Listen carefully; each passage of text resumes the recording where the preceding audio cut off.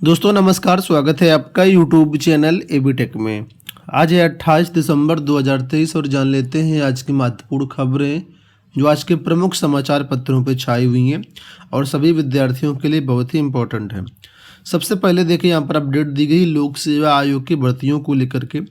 बताया गया कि यूपीपीएससी की भर्तियों में भी आयु में मिले छूट, चाहे वो एलटी ग्रेड शिक्षक भर्ती हो, एपीएस भर्ती हो या प्रवक्ता भर्ती हो या और बहुत सारी भर्तियां लोक सेवा आयोग से आती है, उसमें छूट की मांग की गई है। देखिए लिखा हुआ है कि सिपाही भर्ती की तरह यूपीपीएससी की परीक्षाओं में शामिल होने वाले अभ्यर्थियों ने सीएम को पत्र भेज आयु सीमा में छूट की मांग उठाई है।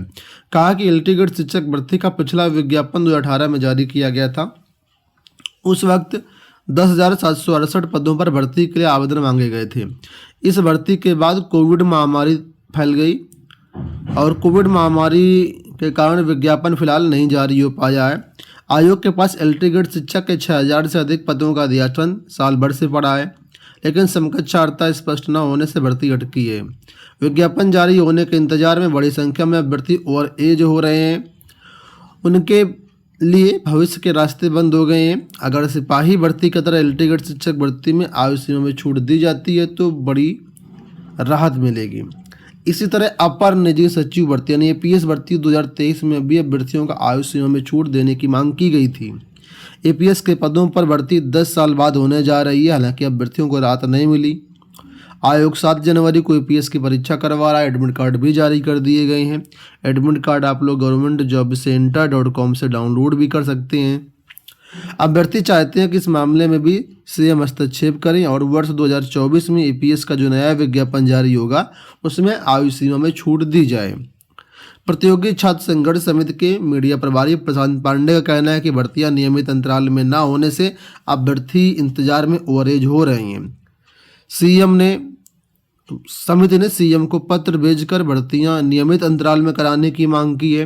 वहीं प्रतियोगी छात्र मोर्चा के अध्यक्ष विकी खान ने मांग की है कि आयोग की जो भर्तियां नियमित अंतराल में नहीं हो रही हैं उसमें ओवरेज अभ्यर्थियों को आयु सीमा में छूट मिलनी चाहिए।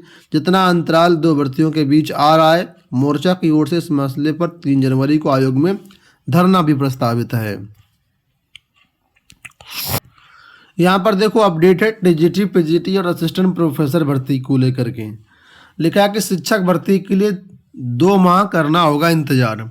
प्रदेश के अशासकीय सहायता प्राप्त माध्यमिक विद्यालयों में और अशासकीय महाविद्यालयों में लंबित पड़ी शिक्षक भर्ती की परीक्षा तिथि के लिए अभ्यर्थियों को 2 माह इंतजार करना होगा।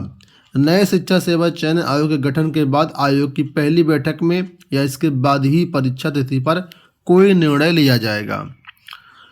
अशासकीय महाविद्यालयों में विज्ञापन संख्या 51 के तहत 1,000 पदों पर भर्ती होनी है। वहीं टीजीटी पीजीटी में 4,163 पदों पर भर्ती होनी है। दोनों की प्रक्रिया अगस्त 2022 में पूरी हो चुकी है। और अब लोग जानते हैं कि अभी हाल ही में नए चयन आयोग के लिए अध्यक्ष और सदस्यों की नियुक्ति के लिए आवेदन के लिए विज्ञापन जारी किया गया। 15 जनवरी तक प्रक्रिया पूरी होगी आवेदन की। इसके बाद आवेदनों की स्क्रीनिंग होगी। स्क्रीनिंग पूरा होने के 15 दिन में फाइनल मुहर लग सकती है। तो कुल मिलाकर के इस सब काम में जनवरी फरवरी निकल जाएगा। और वही बताया गया कि अभी 2 महीने इंतज़ार और करना पड़ेगा। जब आयोग की बैठक होगी उसमें तय होगा कि परीक्षा कब होगी। ठीक है, तो 2 महीने में परीक्षा नहीं होने वाली है। 2 महीने में केवल आयोग बनेगा। उसके बाद परीक्षा कब होगी इसके बारे में मैंने कल वीडियो आपको बताया था वीडियो में कि परीक्षा कब होने की संभावना है। आप चाहें तो वीडियो देख सकते हैं, आपको सारी चीज़ें क्लियर हो जाएंगी परीक्षा कब तक हो पाएगी। यहाँ देखो टीजीटी पीजीटी काउंसलिंग को लेकर के अपडेट है। रिक्त पद नहीं मिलने पर अटकी टीजीटी पीजीटी काउंसलिंग। अशासकीय सहायता प्राप्त माध्यमिक विद्यालयों में टीजीटी पीजीटी 2021 भर्ती की दूसरे काउंसलिंग रिक्त पदों के विवरण के अभाव में अटकी है। शिक्षा सेवा चयन बोर्ड की इस भर्ती के अवशेष पैनल से रिक्त पदों को भरने के लिए शिक्षा निदेशालय माध्यमिक मंडल जिलों से बार विवरण मांग रहा है, लेकिन 10 मंडलों के जनपदों के अलावा 10 मंडल के जो जनपद हैं वो इसके लिए गंभीर नहीं है, जिसके कारण काउंसलिंग की तिथि तय नहीं हो पा रही है। इससे वर्ष 2021 की भर्ती के अवशेष पैनल के अभ्यर्थी रिक्त पदों का विवरण मंगा करके काउंसलिंग कराने की मांग को लेकर के निदेशालय के आए दिन चक्कर लगा रहे हैं। शिक्षा निदेशालय इस भर्ती के रिक्त पदों के सापेक्ष एक बार काउंसलिंग कराकर कॉलेज आवंटन कर चुका है। इसके बाद भी इस भर्ती में रिक्त पद हैं। अवशेष पैनल के अभ्यर्थी धर्मेंद्र यादव, संतोष कुमार वर्मा, अभिषेक तिवारी, विवेक तिवारी ने अपर शिक्षा निदेशक माध्यमिक सुरेंद्र कुमार तिवारी को ज्ञापन देकर के आरोप लगाया था कि कई जनपदों से जिला विद्यालय निरीक्षकों ने रिक्त पदों को छिपाकर कम विवरण भेजा, जिसके कारण फिलहाल काउंसलिंग अटकी हुई है।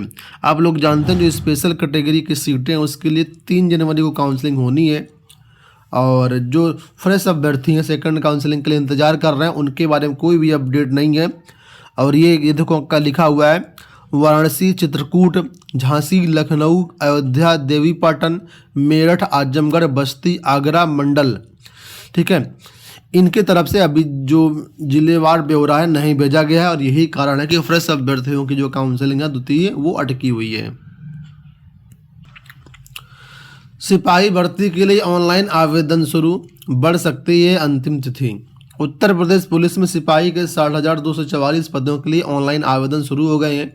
अभ्यर्थियों को बुधवार को पूरा दिन उत्तर प्रदेश पुलिस भर्ती प्रोन्नति बोर्ड की वेबसाइट पर ऑनलाइन आवेदन की प्रक्रिया शुरू होने की प्रतीक्षा करनी पड़ी।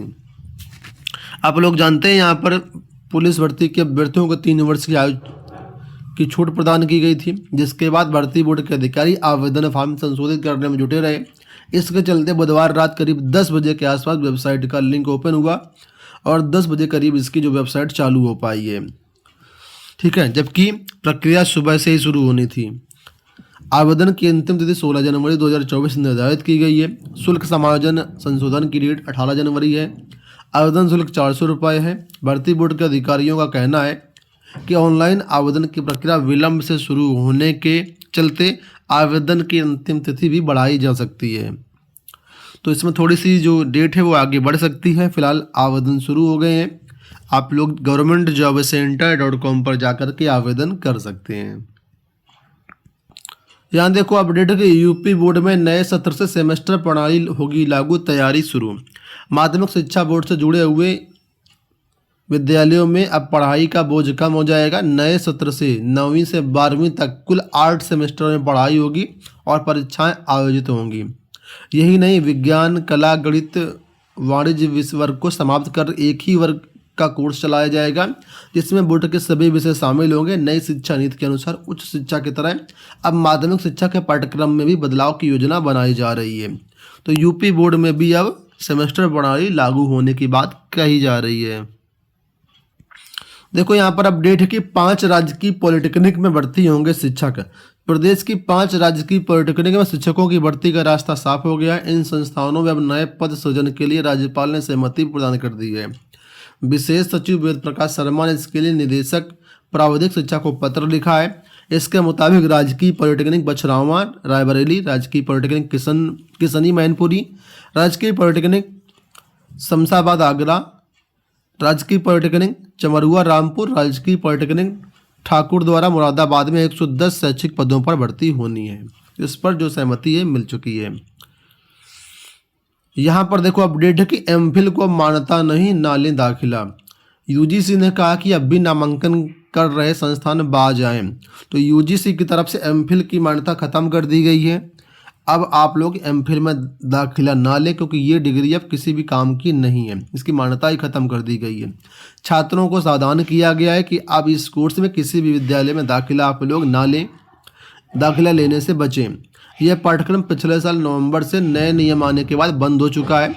प्रवेश दे रहे विश्वविद्यालयों को भी चेतावनी दी गई है। यहाँ पर देखो अपडेट है अनुदेशकों को लेकर के बताया गया कि अनुदेशकों की मांग नहीं मानी गई तो दबाएंगे नोटा। शिक्षा अनुदेशकों ने अपनी मांगों को लेकर के बुधवार से इको गार्डन में धरना शुरू किया है।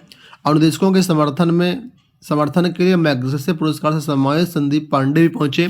धरना दे रहे अनुदेशकों ने कहा कि अगर उनकी मांग नहीं मानी गई तो लोकसभा चुनाव में नोटा का बटन दबाएंगे। यहाँ पर बात हो रही है मानदेय की। लिखा हुआ 17,000 मानदेय निर्धारित किया जाए। इलाहाबाद हाईकोर्ट ने 17,000 मानदेय का आदेश भी दिया था, लेकिन जिसके खिलाफ सरकार उच्च न्यायालय चली गई और यहाँ पर जो भर्तियाँ आउटसोर्सिंग वगैरह हो रही हैं उस पर भी समाप्त करने की मांग की गई है। ये हो गई दोस्तों आज की सारी सूचनाएं। उम्मीद करेंगे वीडियो आपको पसंद आया होगा। इस वीडियो में इतना ही। धन्यवाद।